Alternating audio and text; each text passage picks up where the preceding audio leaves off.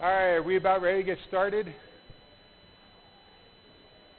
First off, unfortunately, Don or Eric are not here, but maybe Stephen would recognize. But I'm supposed to be teaching 1 Samuel chapter 1 today, and I thought I got to teach on the Christmas story. The Christmas story is coming up. So I just put that up there for them. We're actually doing Samuel. But I was hoping Don or Eric would be here, and they're like, what? He's not going with the program. So today we're looking at the book of, actually the first 3 chapters of Samuel, and we're looking at the calling of Samuel in particular. But I figured Don is going to spend quite a bit of time on that, so I wanted to kind of give you a little bit bigger context of what takes place in this story. The first thing to realize about the book of Samuel is that when the Hebrew Old Testament got translated into Greek and then from Greek into Latin, the order of the books got changed. And the other thing to realize is that really the order of the books was pretty flexible to start with anyways. But with Samuel, I think it's pretty sad because Samuel in the Hebrew Bible comes right after the book of Judges. And Ruth comes later. In the English Bibles that we have, you have Judges, then you have Ruth, and then you got 1 Samuel. And so you miss the connection between Judges and the book of Samuel. The book of Judges ends with the comment, are they send you in to keep me in liners? The book of Judges ends with the statement that, and every man did what was right in his own eyes. And then you come right into the book of Samuel, and that really forms the context for the book of Samuel and what's taking place in the book of Samuel. The other thing about the book of Samuel to understand, it's a transition book. We're going from the period of Judges into the kingdom. So we're moving from a tribal-based system to a kingdom-based system. You missed my first slide, Eric. The title for today's lesson was The Christmas Story. Oh, okay. So you're doing the Christmas story? Oh, okay. You swines. I should have gone with the Christmas story. Okay. Oh, okay. All right. The one with the Raid Rider TV? Oh, you'll shoot your eye out. So you have to wait. It's a classic now. So it's a time of transition from the book of Judges into the kingdom. We get the last 2 judges, Eli and Samuel, and then we're going to move to Saul and David. Historically, what it looks like and what we've been doing is about 3 or 4 weeks ago we looked at Joshua and the conquest of Jericho. That really occurs towards the start of the book of Judges. And then during the period of Judges here, I've kind of laid out the major ones, Othniel, Ehud, Deborah, Gideon, Jephthah, and Samson. And it occurs between about 1350 to 1050 BC, somewhere in that time frame. Now, the books of the Bible that we have during this period of time, so the book of Joshua would come way towards the start, and it should actually slide farther to the left, but if I wanted to do it on the slide, it needs to fit on the slide there, so it's a little bit out of place. Then you have the book of Judges, and the book of Ruth actually falls sort of in the middle towards the end of the book of Judges, around there. Now when we come to the book of Samuel, Samuel occurs at the end of the book of Judges. It overlaps with it a little bit. And the key characters during this time are Samuel, who it's named after, and then Saul, and then David. So we're moving from Judges, and then I've got the kings in blue, and we're going to transition. Now Israel's really going to change, and the religion is going to change quite a bit as a result also, because now you're going to have a capital city, Jerusalem, and you're going to move from a tabernacle to a temple in the city of Jerusalem when Solomon comes along. So that's a little bit of the history. Now, the book of Samuel opens up with the story of Elkanah. I'm going to always get his name wrong. You got it better? Elkanah. Okay, we'll go with yours. And he has 2 wives. And the one wife, Peninnah, she is able to conceive and bear children. The wife who he loves, Hannah, is not able to. And the way the story is told, you sort of get the idea here that Hannah was his first wife. You get the idea that he's the one that she loved. She always gets special treatment, portions, things. It seems like the husband goes out of the way to please her. And Peninnah was probably brought along because Hannah was not able to bear children, and so he took on a second wife then at that time to be able to have descendants. The other thing that we see here is towards the end of this quote from 1 Samuel, this is the first 3 verses. It says, "Now this man used to go up every year by year from his city to worship and sacrifice the Lord of hosts." And that shouldn't be fat Shiloh. That should be at Shiloh. What happens is I copy it out of the ESV Study Bible and paste it in here. But if they got little notes, it's all based on, they have like little F's and stuff like that. Usually, you can spot it real quick because the spell checker will underline the word in red. But obviously, it didn't find fat. But it's just another sign, Kurt. Fat bikes right there, yeah. It's a sign from God, yeah. Yeah.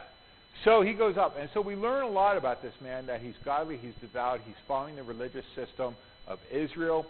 So he's very much sort of a good character in this whole thing.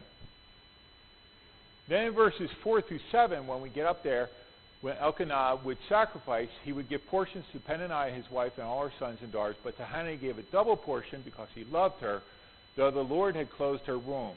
And her rival used to provoke her grievously to irritate her because the Lord had closed her womb. So right at this beginning of the story, we are told twice that God had closed her womb. And this becomes an interesting little bookmark in this story here with the calling of Samuel. And we'll look at that here in a bit.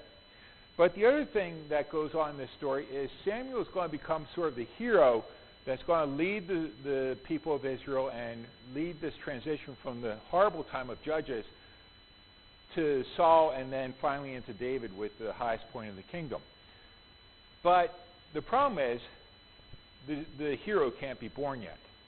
And so we have this story of the woman giving birth to the hero. And in the Old Testament and the New Testament, these stories of women that are barren are really, really important. First off, most of the Old Testament story and lineage is really told through what we would call a patriarchal viewpoint. It's very much a male-dominated viewpoint. And so key things are rulers, leaders of clans or tribes, priests. But the other thing is covenants like circumcision. These are really, really important on the male side. Now, on the female side, the thing that's really important are these stories of overcoming barrenness, because you need both the male and the female side if the lineage and the promises are going to come true. And in most ancient cultures, this female side is largely ignored unless you get somebody like Nefertiti or Cleopatra. You get a very, very dominant female that comes along. But then it's really not stories about them continuing the promised line or how they're heirs of the kingdom or bringing something along. They're really kind of women that usurp and take a man's place. Nefertiti and Cleopatra rule basically as men. In the biblical stories, what you get is very much a different point of view, where it really shows the female side of the story within the culture of that day and how this plays out. Now, with these stories of barrenness, we get a little bit patriarchal versus motherhood. I kind of talked about that. With the stories of barrenness, one of the big things that comes across is a breakdown of God's promises. Because if you have these promises in Genesis, be fruitful and multiply, promises to Abraham, look to the stars, your descendants will be as numerous as the stars of the sky. Can you count them? Look at the dust on the earth. Can you count it? That's how many children you will have. This is not going to work if the female side of the equation isn't working either. It requires both sides to work. And so when there is barrenness, this really raises into questions in a very serious way a breakdown, a fundamental breakdown in God's promises and what he's doing. So they're very important theologically. We get great examples: Sarah, Rebecca, Rachel, Leah, the mother of Samson in the book of Judges. And then we come to Hannah. These are all very, very important women in the Old Testament. And the other thing is, their stories all tend to kind of follow a set pattern. And the pattern runs somewhat like this. What I kind of did is I kind of took about 6 people who write on these stories and kind of looked at, okay, 5 out of 6 dentists recommend, and kind of took the pattern and did it down like this. So this is kind of an abbreviated pattern of these stories of barrenness. But it starts off with A, talking about the barrenness of the woman. Then you get some sort of protest or action that takes place here. With Rebecca, she comes up to Jacob and she goes, "Give me children or else I'm going to die." You know, you really hear her protest coming through there. Unfortunately, the guy's like, "I'm trying my best." Then you have some sort of encounter with God that takes place. And then you have the birth and the naming of the child. And that birth and the naming process is really important because it's usually in that naming process there that we learn a lot about the woman and this whole process that she went through. So, for example, with Sarah, when she has Isaac, Abraham and Sarah cannot have children. And it's interesting in that story because we always think of it as an encounter when the 3 men come down and they're coming to the tent and Abraham sees them. Abraham's the dominant character there, but in the story there, when they come up, they say, "Where's your wife Sarah?" And he says, "Oh, she's in the tent." And then you get this little thing where he tells her, "Go make some food." And instead of going in the tent and making food, she stands at the door to the tent, listening to this whole thing. And then God says, "You're going to have a child. I'm going to come back again a year from now, and you'll have a child." And Sarah laughs. And God says, "You laughed." She says, "No, I didn't." He says, "So, believe me, I got better ears than you do. And I heard you laugh." Well, when she has her child, Isaac is related to the Hebrew verb to laugh. And so she names him Isaac because God has caused me to laugh. So you see in the naming process there, it kind of sums up and brings elements of this whole barrenness story that takes place in these things. Now, with the story of Samuel and his birth, his mother Hannah is barren. And we're told twice right at the very start that she is barren because God had closed up her womb. This wasn't anything on her part. It didn't require a miracle. This was something that God had done and caused. And a lot of times in the Bible, you'll find these stories. For example, when Lazarus dies, and Jesus goes to raise him from the dead in John chapter 11 with Mary and Martha. 5 times before Jesus gets to the grave, we're told that if Jesus had been there, Lazarus would not have died. So 5 times we're told that this was his fault. But a lot of times when we read the biblical stories, we look at something like that, or like with Hannah, where it says God closed her womb, closed up her womb. We always think, well, wait a second, how can God do something like that to us? Because he's supposed to be good to us. But we get the story wrong at that point in time, and we get our theology wrong, because it's not about us, it's about God and what God wants to do through that individual. You look at the story of Job. I mean, God allowed all these things to happen to Job. And the big question in Job is, how does God allow this to happen? And God never answers it. He just says, you know, where were you when I formed the earth? You know, you think you've got big, questions? Let me lay some bigger ones down. You know, where were you when I planted the foundations of the deep? Have you done this? Have you done that? And Job doesn't give an answer because he's not able to. Here in this story, we see that Hannah has been, her womb has been closed, and this is for God's purposes. Now, in verse 9 here, they are actually in Shiloh. The tabernacle, they've got kind of like a portable temple that was revealed to Moses in the book of Exodus, and it's sort of like this tent system that they bring along, and they've got this portable temple set up at Shiloh. So that's why they're at Shiloh, and this is where the priests are. And Hannah and Elkanah have gone there, And it says that after they had eaten and drunk in Shiloh, Hannah rose. Now, it doesn't tell us specifically where she goes, but in the context of the story, you realize that she's gone into the temple, and she's praying there. And it says that she was deeply distressed and prayed to the Lord and wept bitterly. And she vowed and said, O Lord of hosts, if you will indeed look on the affliction of your servant, and remember me, and not forget your servant, but will give to your servant a son, then I will give him to the Lord all the days of his life, and no razor shall touch his head. Now, when we talked about sort of this protest or action type thing, the protest here, I think, is coming in that she goes into the temple and she's praying all by herself there. And according to the Hebrew Levitical system and the Hebrew priestly system, you always have a priest there mediating between you and God. But she's gone in, she doesn't have a priest there, and she's praying directly to God. So you kind of got this protest in action. There's really not a law saying you can't do it, but it's more like, should you do it type of thing. And the answer to that is probably no. And so she's in there praying, and the action here is she's striking this deal with God. Now, she needs a child, and she's asking God for one. But when she's speaking to God, she's not speaking to him as, oh, please do this for me, if you will only do this for me, this type of thing, where it's a supplicant asking a deity for something. Rather, she's proposing a deal as an equal. If you give me a son, I will give him to you. In other words, it's almost an equal partner type thing, and it's a really interesting prayer in that sense because she's kind of got insight on the nature of Yahweh that a lot of other people don't have at this time.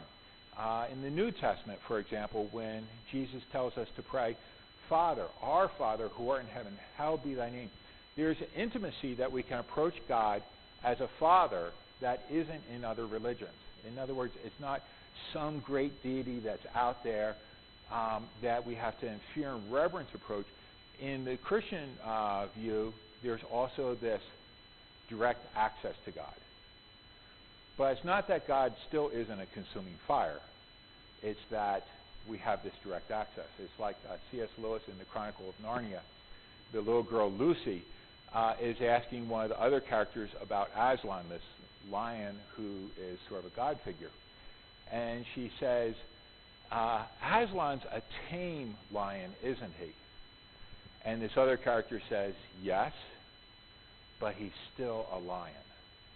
And that's the paradox of the Christian faith here, is that we can approach God like Hannah can, directly relate to God, but at the same token, we also need to realize that we are God. But her prayer here is very, very important because you get this exchange among equals in this action that she's taking. Then while she's doing this, we have kind of an interesting encounter with God here that takes place. One of the other things I want to go back there is in her prayer she says, remember and don't forget me. And when we did the book of Genesis and we were looking at Noah and the flood, remember Noah's out there in the ark in the middle of the flood, and then all of a sudden in the middle of the story it says, and God remembered Noah. And I was saying that in the Old Testament when God remembers something, it's not like he goes, oh, darn. Where did I put Hannah now? Or something like that. Or, like when you've got little kids and you walk out of the grocery store and immediately go, oh, do I have them all? It's not that God forgets in that sense, but this remembering and not forgetting is more a sense of coming back to the covenants and the promises that he's made with that individual. It's a revisiting of those promises. So it's not that God forgot like we do. This remembering is used in a literary type sense throughout. It's kind of a motif or a style in Old Testament that goes through. So she says it. Now in the second part with this encounter, it says, Hannah was speaking in her heart, her lips moved, and her voice was not heard. Therefore Eli took her to be a drunken woman. In other words, Eli, who is the last judge of Israel, and he's kind of a really mixed character. He's got some good points to him. He says right things. But he also has raised two sons that are priests that are just totally beyond worthless individuals.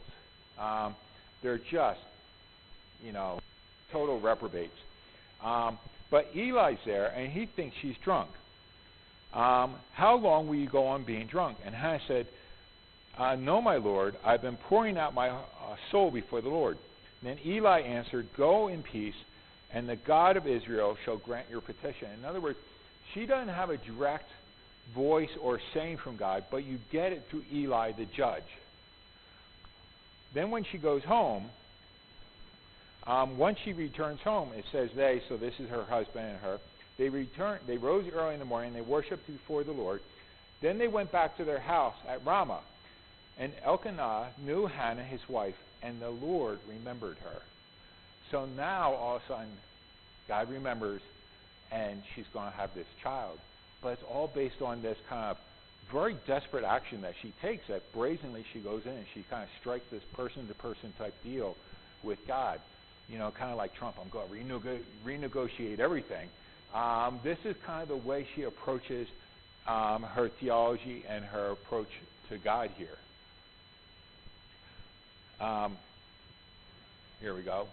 Then due time she conceived, and she bears a son called Samuel, for she said, I have asked for the Lord, for I asked him, one more time, I have asked for him from the Lord. And Samuel is related to the Hebrew to ask of God or is given by God. They're not quite sure exactly how the verb forms out there, but it's one of these two formations there. Let me see. Yeah, so that's about what I went to hit there. Then in chapter 2, so that's all chapter 1 of 1 Samuel. Then in chapter 2, the majority of chapter 2 is taken up with what we call Hannah's song. And just as Eric wants to sneak Christmas into his sermon, this story also resonates a lot with the Christmas story also, because when Hannah has her child, she says, she prays, she says, my heart exalts in the Lord, my horn is exalted in the Lord. My mouth derides my enemies, because I rejoice in your salvation. There is none holy like the Lord, for there is none beside you. There is no rock like our God. And goes on a few verses later. The Lord makes the poor and makes the rich. He brings low and exalts. Now what's interesting is when Mary conceives and she goes to visit her cousin Elizabeth, and the two have this really interesting encounter while they're both pregnant. Mary then sings a song called the Magnificat. And if you look at it, it starts off almost exactly the same. My soul exalts in the Lord. My spirit has begun to rejoice in God my Savior. And then I rejoice in your salvation. And then these themes about he makes the poor rich and the rich poor. He humbles the proud and exalts the low. Mary's got this as well. He has brought down the mighty from their thrones. He has lifted up those of lowly positions. And so really Hannah's song becomes sort of like the seedbed for Mary's Magnificat towards the end of Luke chapter 1. It also gets picked up in several psalms. Psalm 113 really reflects Hannah's psalm a lot also. So her psalm in 1 Samuel chapter 2 is one of these that gets reflected and picked up at a lot of other places in the scriptures. And it becomes this beautiful psalm that's used in a lot of other places. But she would not have gotten to the place to write that song if she hadn't gone through the experiences of barrenness and rivalry with Peninnah and various things like this. If she hadn't gone through the pain, she wouldn't have been able to produce this song. Let's see. We need to move a little bit quicker here. Well, we'll see how far we get through. Then they go back to their house in Ramah. The boy was ministering to the Lord in the presence of Eli. Now, the key thing I want to bring out here towards the end of chapter 2, you start getting these contrasts between Samuel and Eli's sons. 3 times you'll get references to Samuel doing the right thing. He's ministering, he's serving in the temple. And Eli's sons are stealing from the people, they're taking the best meat, or it says they're actually sleeping with some of the women that worked at the temple there, that they're sexually abusing these women. And so you get this contrast between Samuel doing the right thing and Eli's children doing the wrong thing. And this is one of them. That Samuel, the boy, is ministering to the Lord in the presence of Eli the priest, but his sons are worthless men. They didn't know the Lord. Thus, the sins of the young men was very great in the sight of the Lord, for the men treated the offering of the Lord with no contempt. And that's the part where they're stealing from the offering and the people. So you start getting these contrasts between Samuel and the priest. And to a certain extent, Hannah's rivalry with Peninnah before she bears her children really reflects and then sets up Samuel's contention that he's going to have to deal with Eli and his two children, and then also the way he's going to be in contention with Saul and David in the future as well.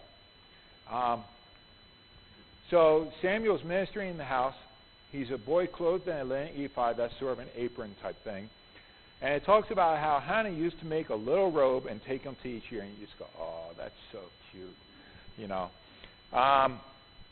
And Eli would bless Elkanah and his wife. May the Lord give you children. And indeed the Lord visited Hannah, and she conceived and bore 3 sons and 2 daughters.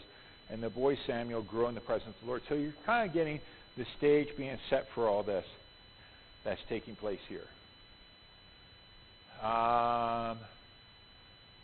This is Eli rebuking his 2 sons. I just need to move on for the time.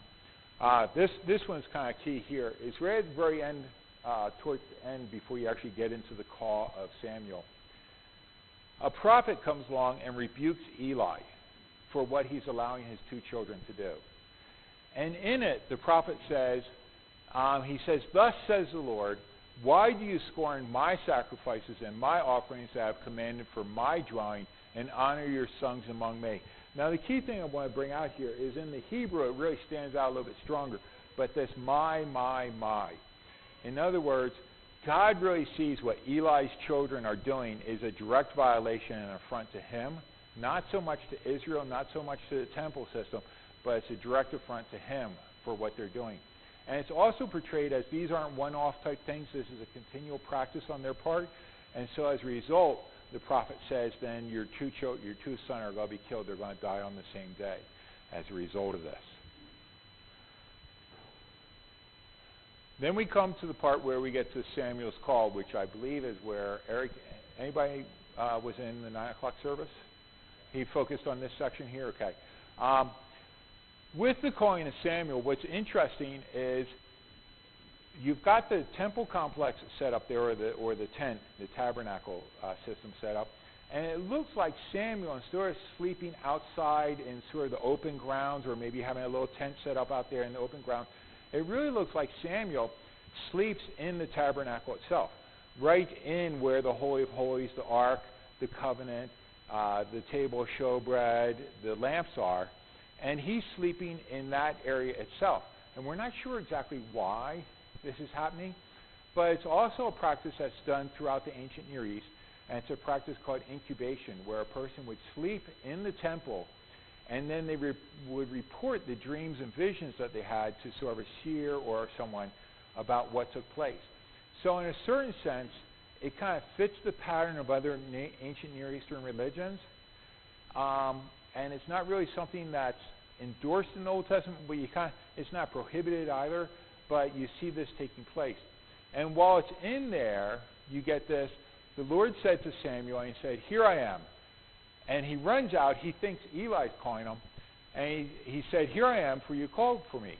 But Eli says, I didn't call you, lie down again. So he went and he laid down. And this happens 3 times, and finally Eli realizes that this is God calling him, and he says, the next time this happens, say, speak, Lord, for I'm here, I'm your servant. We got that. Then the Lord said to Samuel, behold, I'm about to do a thing in Israel. On that day I will fulfill against Eli all I have spoken concerning his house from beginning to end. So it's really interesting, this calling and this first visitation to Samuel, is that it's not good news at all. It's a direct prophecy against Eli and his family. And here's this boy, maybe 12 years old, who's his parents aren't there. He's been given to the temple system. And he has to go out and then tell Eli this.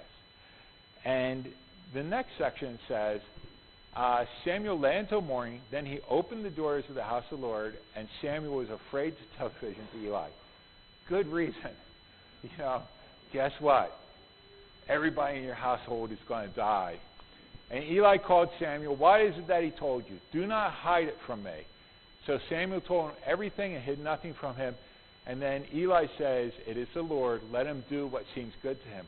And this is one of these sections where you really see Eli's got some good traits to him, that he realizes that this is what God's going to do, and this is what God thinks is right. And so I'm going to go with the program here.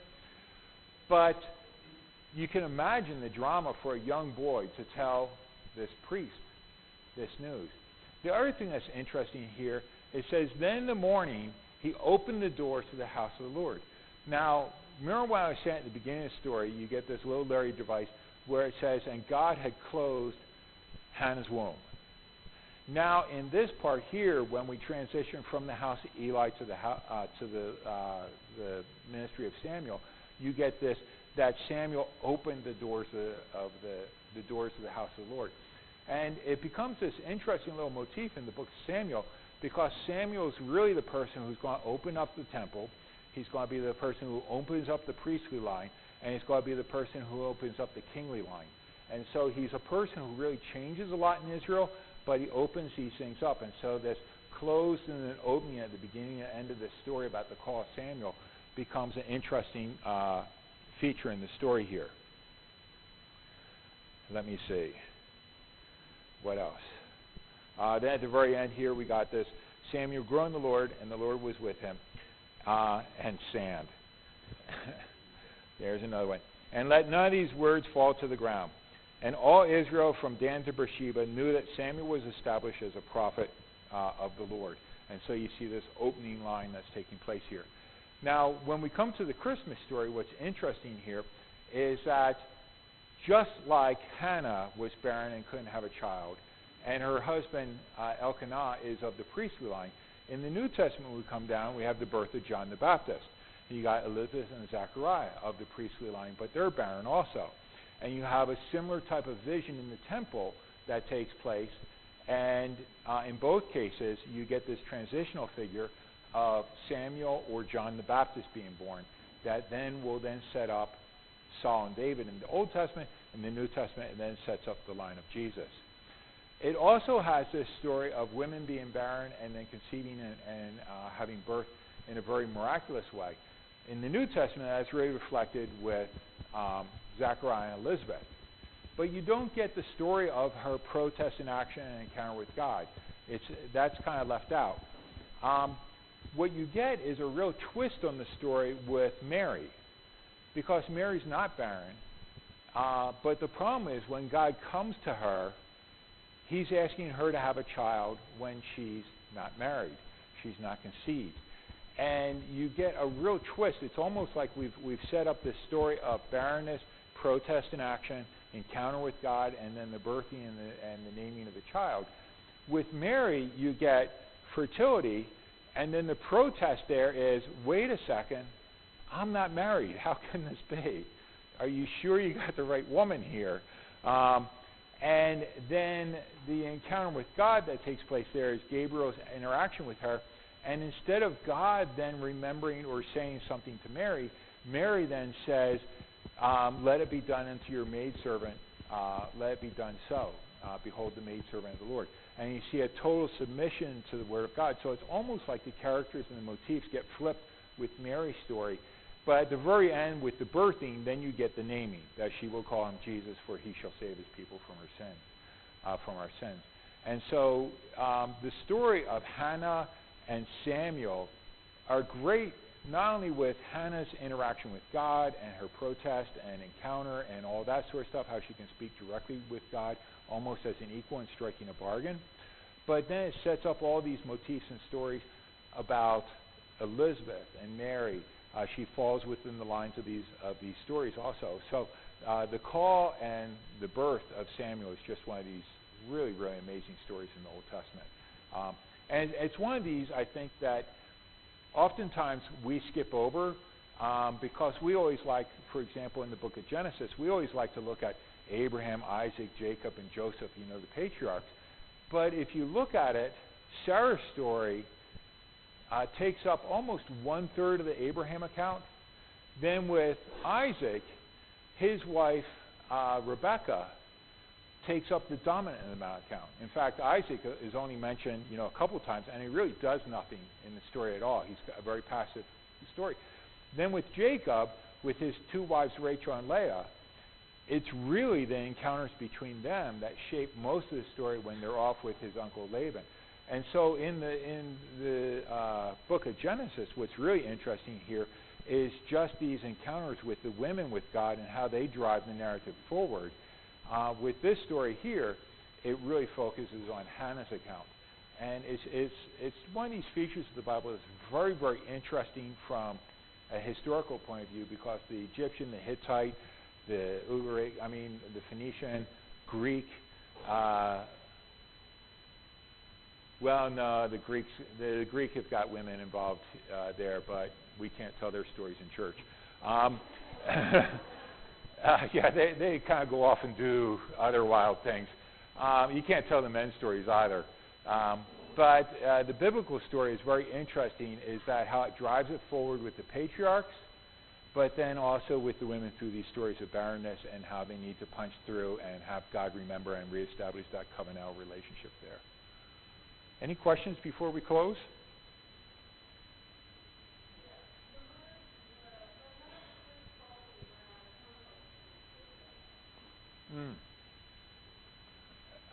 Biblical Hebrew likes to use a very poetic way of phrasing things.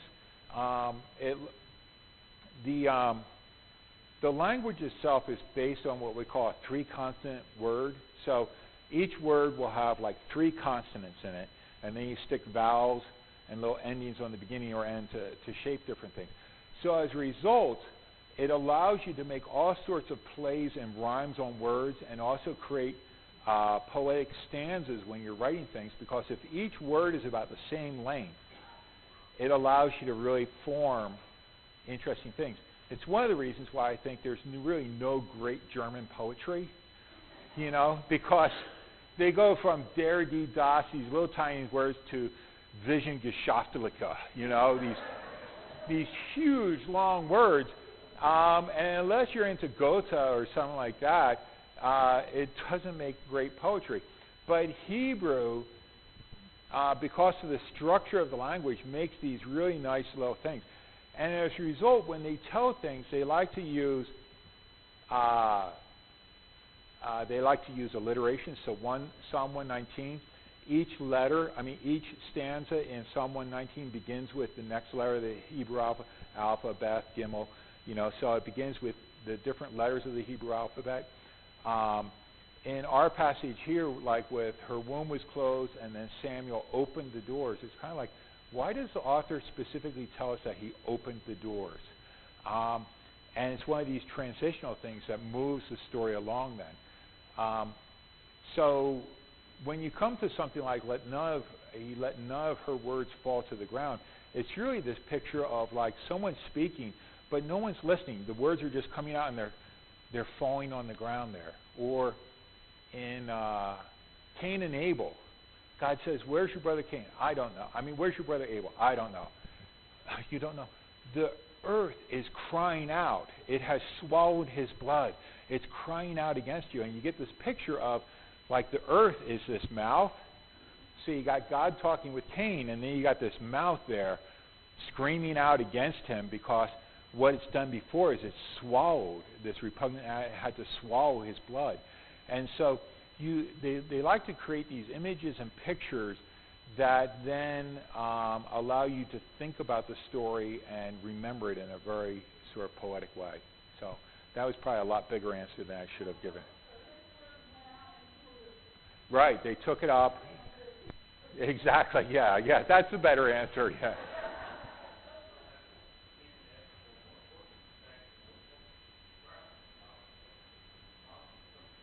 Uh-huh.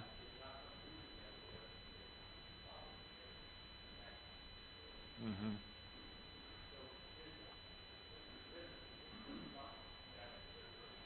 Yes. Yeah. Anything else?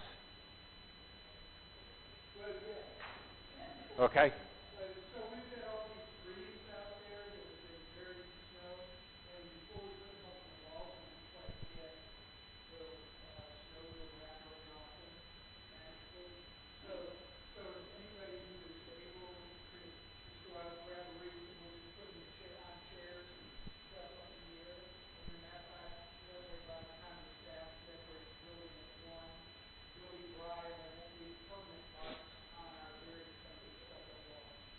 Great.